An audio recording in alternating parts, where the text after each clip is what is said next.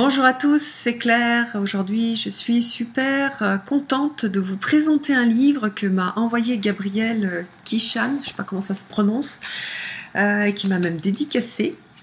Alors, Gabriel, c'est l'auteur de l'Oracle de l'Inde éternelle, donc c'est lui qui a écrit les textes. Et là, il a fait un livre qui s'appelle Mantra et Mandala de Devi, Voyage au cœur du féminin sacré. Alors ça tombe très bien parce que en ce moment je suis en train de travailler le féminin et je suis en train d'explorer en fait les outils qui existent sur le féminin. Et voilà. Alors au début j'ai été assez surprise que ce soit un homme qui écrive sur le féminin sacré.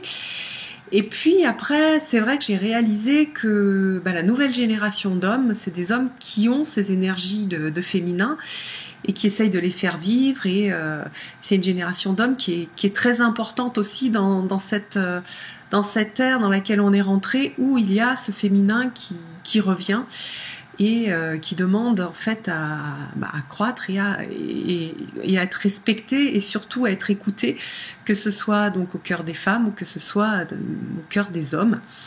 Donc au contraire, je trouve que c'est très très riche que ce soit un homme qui écrit ce livre. Alors, il a un format carré original et puis donc il est relié par un boudin.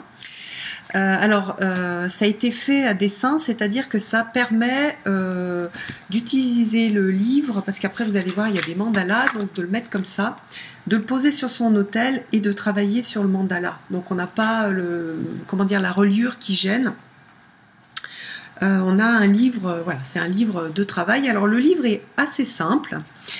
On a des mots sur les dévis, des mots sur les mantras, des mots sur les mandalas, donc explication des trois, et après on va travailler avec des déesses indiennes que je connaissais pas toutes, donc j'en connaissais même très peu.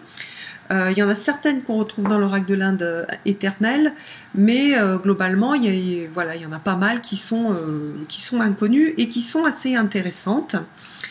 Alors à chaque fois on va avoir donc la présentation de la déesse. Donc vous voyez par exemple là c'est Aditi. Voilà, donc par exemple Aditi, c'est la déesse considérée comme la mère cosmique. Elle est la version féminine du dieu Brahma, le père cosmique et créateur de l'univers. Donc il présente en fait la déesse. On a après, c'est super bien fait aussi, des concepts clés avec donc des sortes de mots-clés qui correspondent à cette déesse. Le mantra associé. Voilà, les mantras, moi je trouve que c'est assez difficile à prononcer. Au début j'étais gênée, puis je me suis dit non, mais je prends ce mantra et je vais le répéter tel que moi tel que je l'entends et tel que mon oreille l'entend et la façon que j'ai de le chanter. Donc j'ai décidé de me décomplexer par rapport à ça. Et après, donc, on a les propriétés du mantra et du mandala. Alors, le mandala, il est en face. L'idée, c'est de répéter le mantra en se concentrant, en regardant le centre du mandala.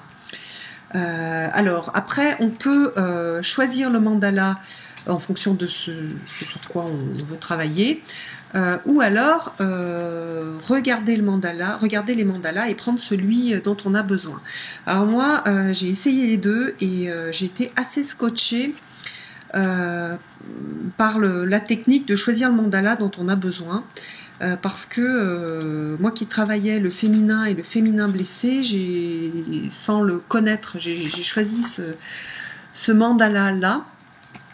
Et c'est justement les trois concepts clés de cette déesse, qui est une déesse qui a été violentée. C'est le féminin sacré, la non-violence, le pardon, et c'est exactement ce que je suis en train de travailler. Donc il y a vraiment un lien entre le mandala et ce qu'il va représenter. Alors après, j'utilise un mala pour faire les mandalas, parce que c'est un mandala, ça va se répéter en boucle, donc j'utilise comme un chapelet. c'est-à-dire je vais répéter en regardant le mandala et en comptant en fait, et en me décalant d'une perle chaque fois que j'ai dit, en répétant pardon le mantra, et en me décalant d'une perle chaque fois que je l'ai répété. Donc on peut utiliser, si vous en avez un, donc un mala, vous pouvez utiliser un chapelet si vous en avez un aussi. Si vous n'avez rien, vous pouvez aussi utiliser un collier de perles. Voilà. Et après, c'est intéressant que ce soit quelque chose un peu consacré pour qu'il y ait une idée de sacré dans ce que vous allez faire. Voilà, moi mon mala, j'y tiens énormément, je travaille beaucoup avec, je travaille à chaque fois que je fais un tirage pour quelqu'un, je travaille avec ce mala, il est fait avec du quartz rose, donc pour moi il est en lien avec le cœur, le travail du cœur.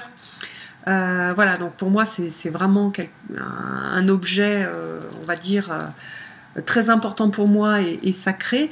À vous de trouver votre objet qui va vous permettre de compter les mantras sans avoir à les compter dans la tête, sinon ça sert à rien du tout. L'idée c'est d'être concentré sur l'image et de répéter le mantra, voilà, de le répéter pour qu'il s'imprègne. Vous allez voir au début, moi j'avais ouvert les 2 pages pour voir le mantra en même temps. Voilà, j'avais mis, au lieu de mettre juste le mandala, j'avais ouvert le livre comme ça s'y prête bien aussi, comme ça j'étais, comment dire, déstressée à l'idée d'oublier, de ne pas le dire correctement, parce que je l'avais sous les yeux. Donc je pense que c'est une façon de faire qui est intéressante pour pas se mettre la pression, parce que l'idée bien sûr c'est de lâcher prise et de pas du tout être dans quelque chose qui stresse. On peut faire ça, ou alors on peut l'écrire en gros, en phonétique dessous, sur un papier. Voilà, chacun a trouvé un peu l'astuce qui fait qu'il se sentira bien dans cette pratique. Alors, moi je me mets en tailleur, et en même temps que je récite les mantras, très souvent je me mets à faire des oscillations. Alors c'est des choses qu'on retrouve en Qigong par exemple, pour maintenir en fait l'équilibre et le centre. On est toujours en mouvement. C'est quelque chose aussi qu'on retrouve chez les autistes ou chez les enfants qui sont anxieux, et moi c'est aussi des pratiques que je fais pour retourner au calme. Donc on a vraiment ce mouvement qu'il faut laisser en fait se faire. Ce mouvement il se fait tout seul.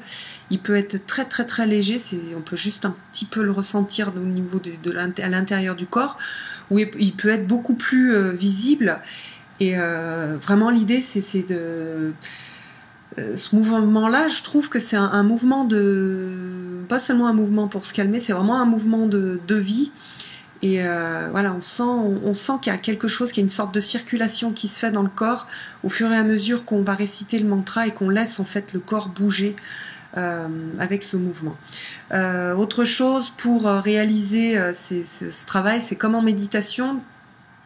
Il faut se mettre, donc on se met pas couché, bon, de toute façon là ça irait pas pour regarder le mandala, mais on se met assis et dans une position où on est bien, parce qu'après si on est mal et qu'il y a un endroit où ça tire, on n'arrive pas à lâcher prise et à se concentrer sur le mandala et sur le mantra. Alors je vais vous montrer un petit peu plusieurs des mandalas. Il y en a beaucoup, il y en a plus d'une quarantaine je crois.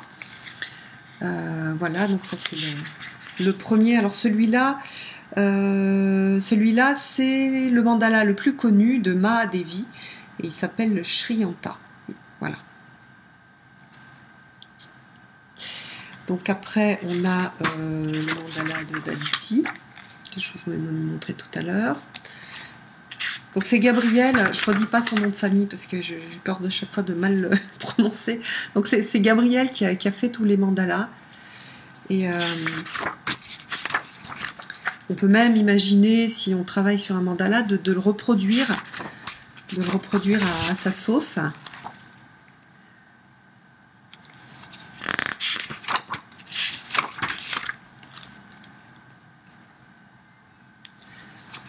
Donc chaque fois des mandalas issus de la tradition, alors j'ai dit indienne au départ, c'est plus voilà, hindou. Sachant que dans la tradition hindoue, il y a énormément de dieux et de déesses, donc c'est pas non plus exhaustif. Je pense pas qu'il y ait toutes les déesses qui existent dans cette tradition-là.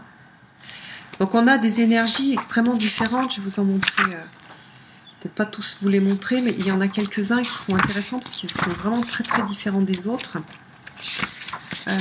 Voilà, par exemple celui-là. Il a vraiment quelque chose de...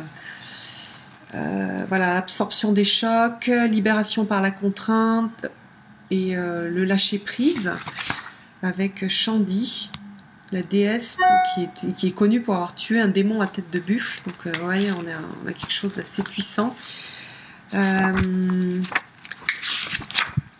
j'aime beaucoup aussi celui-ci. J'ai pas encore travaillé avec, mais celui-là, le cycle de vie, la Kundalini, le sacrifice du changement. La déesse, c'est Shinamasta.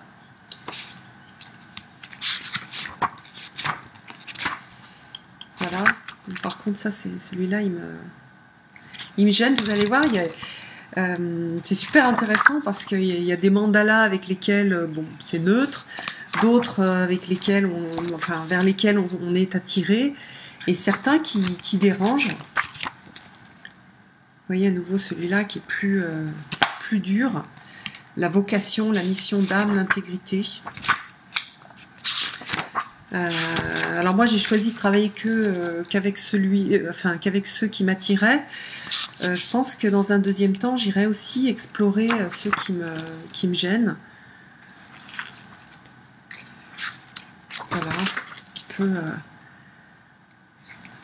un peu le style de mandala. Donc en résumé, c'est un super travail qu'il a réalisé, que je trouve vraiment bien. Voilà, il dit: cet ouvrage est une invitation au voyage et à la découverte des différents visages du féminin sacré dans l'hindouisme. Donc on va travailler avec une autre tradition. C'est une autre façon de travailler aussi. Donc là, on est sur plutôt le travail avec des mandalas. Donc on va travailler au niveau de l'inconscient sans être sur des images de représentation de déesses. Voilà, il y a 44 mantras et 34 mandalas. Et on va avoir ce travail qui va se faire pas du tout au niveau de la conscience, mais plus au niveau de l'inconscient, au niveau de la structure. Et c'est une approche que je trouve extrêmement intéressante. J'espère que cette présentation vous aura plu, et puis je vous donne rendez-vous pour une prochaine vidéo. Et puis aussi, je remercie Gabriel pour ce joli livre et puis pour la dédicace, ça m'a fait extrêmement plaisir. À bientôt!